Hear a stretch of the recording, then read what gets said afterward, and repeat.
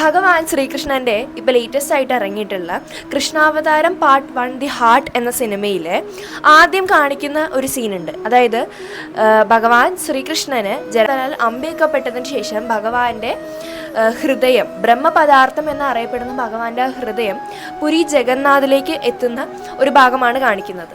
അത് സത്യമായിട്ടുള്ളൊരു കാര്യമാണ്. അതായത് ഭഗവാൻ പുരി ജഗന്നാഥൻ്റെ ക്ഷേത്രത്തിൽ പോയി കഴിഞ്ഞാൽ ഇപ്പോഴും ആ ശ്രീകോവിലിനകത്ത്, ആ ഗർഭഗൃഹത്തിനകത്ത് നമുക്ക് അവിടെ കാണുന്ന ആ വിഗ്രഹത്തിനകത്ത് ഭഗവാന്റെ ആ ഹൃദയം ഇപ്പോഴും തുടിച്ചുകൊണ്ടിരിക്കുന്നുണ്ട് എന്ന് പറഞ്ഞാൽ നിങ്ങൾ വിശ്വസിക്കൂ. ഇപ്പോഴും പുരിയിൽ 12 മുതൽ 19 വർഷത്തിനിടയിൽ ഭഗവാന്റെ ആ ദാരു വിഗ്രഹം മാറ്റുന്ന ഒരു ഉത്സവം നടക്കാറുണ്ട്.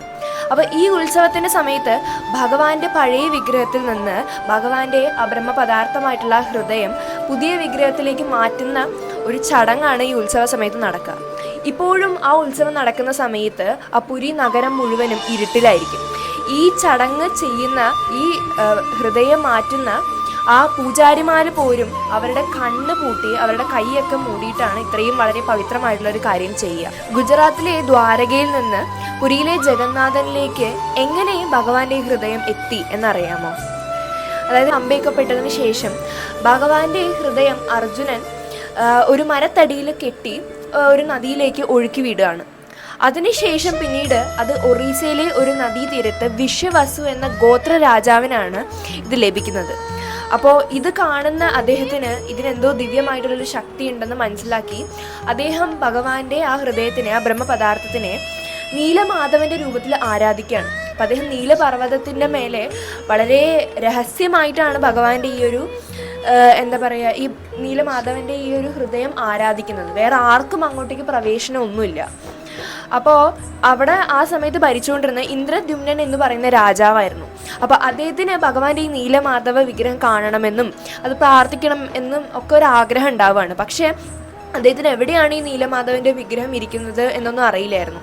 അപ്പോൾ അദ്ദേഹം ഒരു ബ്രാഹ്മണനായിട്ടുള്ള വിദ്യാപതിയെ ഇത് അറിയാനുള്ള ഒരു കാര്യം ഏൽപ്പിക്കുകയാണ്. അപ്പോൾ വിദ്യാപതി അങ്ങനെ ഈ സ്ഥലത്ത് ചെന്ന് ഇങ്ങനെ കാണണമെന്നുള്ള ആഗ്രഹം പ്രകടിപ്പിക്കുകയാണ്. പക്ഷെ അദ്ദേഹം അത് വിസമ്മതിക്കും. അങ്ങനെ ഈ വിദ്യാപതി അവിടെ വിശ്വവസുവിൻ്റെ പുത്രിയായിട്ടുള്ള ലളിതയെ കല്യാണം കഴിക്കുകയും അവസാനം വിശ്വവസു ഭഗവാന്റെ ഈ വിഗ്രഹം കാണിച്ചു തരാമെന്ന് സമ്മതിക്കുകയും ചെയ്യാണ്. പക്ഷേ ഇദ്ദേഹത്തിനോട് ഒരു നിബന്ധന പറയും ഈ വിശ്വവസു. അതായത് കണ്ണ് കെട്ടിക്കൊണ്ട് മാത്രമാണ് അവിടേക്ക് പോകാൻ പാടുള്ളൂ എന്ന് പറയും. അപ്പം അങ്ങനെ ഇദ്ദേഹം തന്ത്രപരമായി കണ്ണ് കെട്ടും. പക്ഷേ ഇദ്ദേഹം പോകുന്ന വഴിയിൽ മുഴുവൻ ഇദ്ദേഹം കടുക് തൂവും. അതാകുമ്പോൾ ആ രാജാവിനും പിന്നീട് ആ കടുകിൻ്റെ വഴി തുടർന്ന് നീലമാധവനിലേക്ക് എത്താലോ എന്നോർത്തിട്ട് അങ്ങനെ ഇദ്ദേഹം ഇങ്ങനെയൊക്കെ ചെയ്യും. അതിനുശേഷം ഇന്ദ്രദ്യുമ്നൻ എന്നുള്ള രാജാവിൻ്റെ അടുത്ത് വന്ന് ഈ കാര്യങ്ങളൊക്കെ പറയുമ്പോൾ അദ്ദേഹം നീലമാധവനെ കാണാനായിട്ട് ഈ കടുക് തൂവിയിട്ടുള്ള വഴി തുടർന്നു പോകും.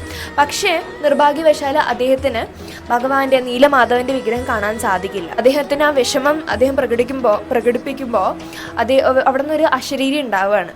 അതായത് നീ എനിക്ക് വേണ്ടി ഇവിടെ ഒരു വലിയ ക്ഷേത്രം ഉണ്ടാക്കണം, ആ ക്ഷേത്രം ഉണ്ടാക്കാനുള്ള മരത്തടികൾ നിനക്ക് ഒരു നദീതീരത്ത് എത്തിച്ചേരും, അതിനൊരു പ്രത്യേക ഗന്ധം ഉണ്ടാവും എന്നൊക്കെ ഒരു അശരീരി കേൾക്കുകയാണ്. അങ്ങനെ ഇദ്ദേഹം സന്തോഷത്തോടെ ഈ വിഗ്രഹം ഉണ്ടാക്കാനുള്ള ആളെ തിരയാൻ തുടങ്ങി. പക്ഷേ ഇദ്ദേഹത്തിന് എവിടെയും ആരും കിട്ടാതെ വരും. അവസാനം ഒരു പ്രഗത്ഭനായിട്ടുള്ള ഒരു ശില്പിയായിട്ടുള്ള വിശ്വകർമാവ് എന്നുള്ള ആളെ ഇദ്ദേഹത്തിന് കിട്ടും.